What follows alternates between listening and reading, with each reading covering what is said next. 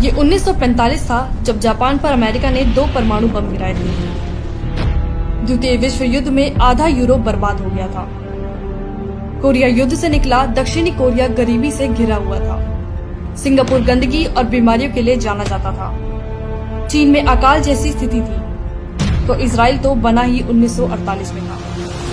लेकिन आज ये सारे देश संपन्न और विकसित हैं। जापान जर्मनी उठ खड़े हुए, कोरिया ने डिजिटल क्रांति कर दी, सिंगापुर में दुनिया आज हॉलिडे मनाने जाती है, चीन आज विश्व की फैक्ट्री बन चुका है, इजराइल की ताकत का लोहा आज दुनिया मानती है। इतने सालों में दुनिया कहीं से कहीं पहुंच गई, लेकिन भारत कछुए की रफ्तार से आगे बढ़ा। एक परिवार भारत की क्षमता और संभावनाओं को डसता रहा। नेहरूवादी समाजवाद की वजह से 1950 से 1990 तक भारत की जीडीपी की विकास दर सिर्फ 3.5% रही, जिसको हिंदू विकास दर कहकर सेक्युलरों ने मजाक उड़ाया। ये कांग्रेस की दी हुई गरीबी ही थी, जिसकी वजह से देखते ही देखते देश में 100 से ज्यादा जिले नक्सल प्रभावित हो गए। नॉर्थ ईस्ट में अलगाववाद की आग भड़कने लगी और धारा 370 ने जम्मू और कश्मीर के विकास को रोक कर रख दिया। लेकिन जैसे हर रात के बाद सूर्योदय होता है, ऐसे ही भारत का सूर्योदय 2014 में हुआ।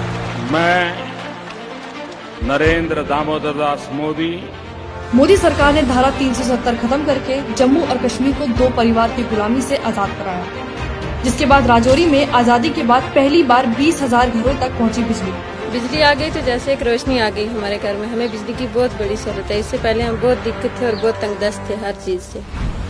3000 मीटर की ऊंचाई पर विश्व की सबसे लंबी सुरंग अटल सुरंग बनकर तैयार, जिसकी वजह से मनाली से लेह के बीच की दूरी 46 किलोमीटर तक हो जाएगी कम। लद्दाख में बनने जा रहा है पहला केंद्रीय विश्वविद्यालय, जो देश का पहला बौद्ध अध्ययन केंद्र होगा। माननीय प्रधानमंत्री जी ने जब घोषित किया कि लद्दाख को सेंट्रल यूनिवर्सिटी दिया जाएगा, तो ये बहुत खुशी की बात है। लद्दाख में बिजली समस्या खत्म करने के लिए 120 करोड़ रुपए की परियोजना शुरू। विभाजन के वक्त पाकिस्तान से आए 20,000 हिंदुओं को मिली 70 साल बाद नागरिकता। 70 साल से सफाई का काम करने को मजबूर 10,000 सफाई कर्मचारियों को भी मिली देश की नागरिकता।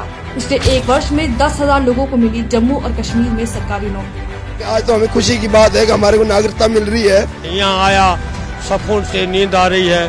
धन्यवाद हो रही है इधर की सरकार की और मोदी साहब की।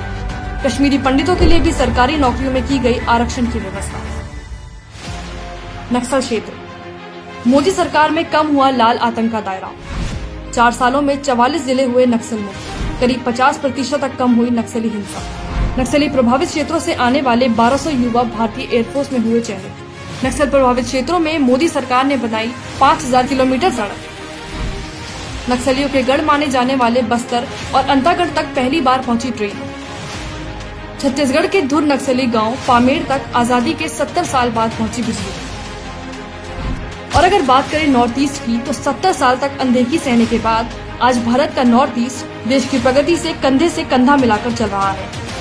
नॉर्थ ईस्ट में मोदी सरकार बना रही है 6 नए एयरपोर्ट। मणिपुर में कुतुब मीनार से दुगना ऊंचा पुल बना रही है भारतीय रेलवे। दुनिया में होगा सबसे ऊंचा रेलवे पुल। गुवाहाटी को मिला देश का सबसे लंबा रिवर रोपवे, ब्रह्मपुत्र नदी के 2 किनारों को जोड़ेगा।